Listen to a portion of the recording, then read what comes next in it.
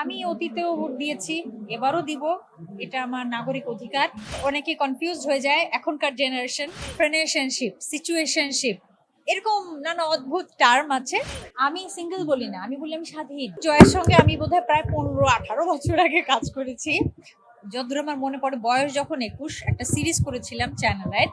তারপরেই বোধহয় এটা পাপ কাহিনী 2, পাপ কাহিনী 1 হয়েছিল আগে ওটিটির জন্য, এটা আইস্ক্রিনের জন্য মূলত। তো স্ক্রিপ্টটা আমি পেয়েছি।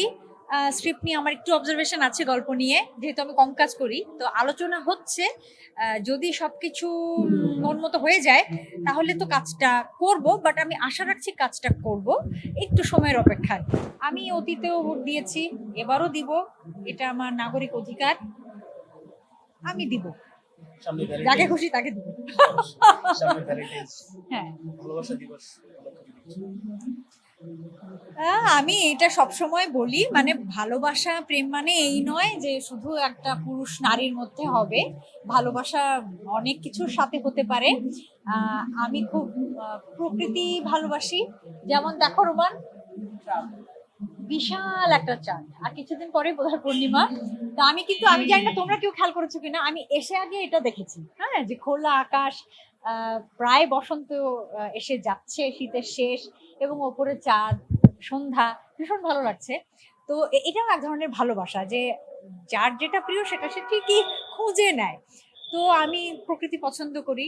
মানুষ তো অবশ্যই, মানে ভালোবাসার মানুষ না থাকলে তো, মনে প্রেম ভালোবাসা না থাকলে শিল্প চর্চা হয় না, এটা আমি বিশ্বাস করি। মানুষের সাথে মানুষের ভালোবাসার কথা যদি বলে থাকো, তাহলে অনেকে কনফিউজড হয়ে যায় এখনকার জেনারেশন, বা কিছুটা আমাদের জেনারেশনও। কিছু টার্ম আছে এখন, হ্যাঁ, যেমন ফ্রেন্ডশিপ, সিচুয়েশনশিপ, এরকম নানা অদ্ভুত টার্ম আছে। তুমি যে রিলেশনশিপের মধ্যে, মানে যে শিপের মধ্যে সম্পর্ককে ফেলো না কেন, আমার মনে হয় যে যে সম্পর্কটা আসলে আমৃত্যু থাকে, মৃত্যুর পরও থাকে। আমার ভালোবাসার মানুষটা মরে গেলেও কি আমি তাকে ভুলে যেতে পারবো? আমি পারবো না। বা আমাকে যে আসলেই ভালোবাসে, আমি মরে গেলে কি সে আমাকে ভুলে যাবে? আমার তো মনে হয় না।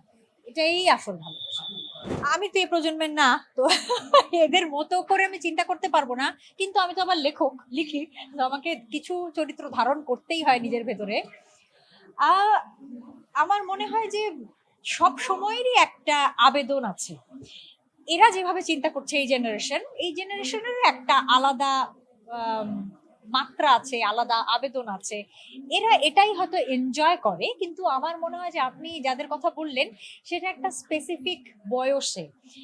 এরা হয়তো 40-র পরে গিয়ে বা 50-র পরে গিয়ে আবারও একইভাবেই চিন্তা করবে, বা বিভিন্ন কারণে করতে বাধ্য হবে। নিজের শান্তির কারণে হোক, বা ফ্যামিলির শান্তির কারণে হোক, বা স্থিরতার কারণে হোক, এভাবে চিন্তা করতে বাধ্যই হয়ে যায় আলটিমেটলি মানুষ।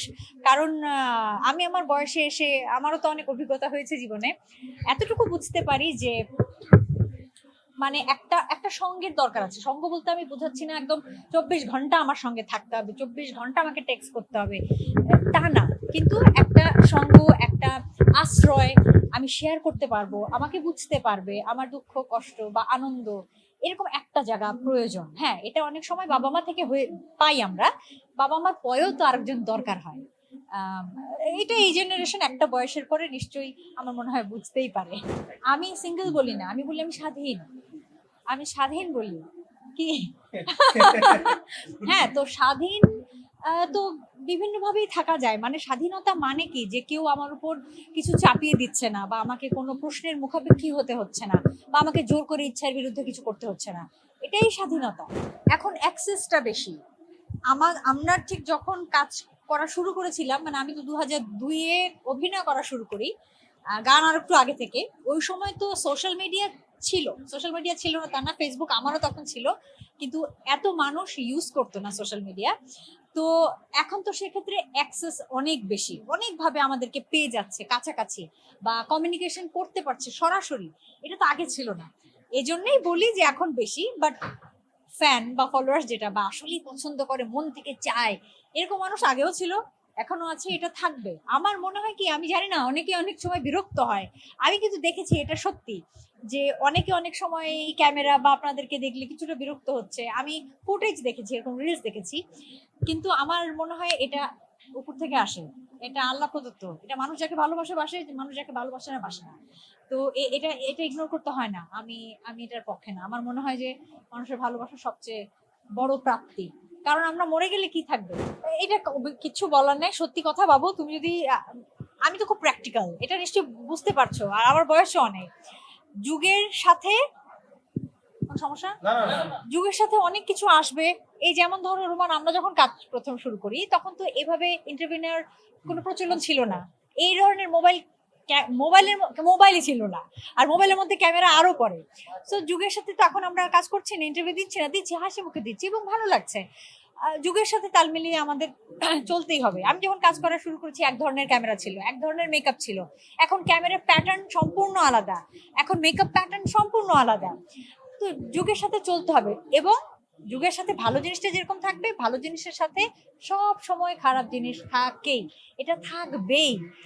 সুতরাং মানে ভালো যে টেকনোলজিগুলো আমরা পাচ্ছি, টেকনোলজির সাথে টেকনোলজির কিছু সাইড এফেক্টস বা ব্যাড সাইডও থাকবে, এবার মেনে নিয়ে থাকতে হবে।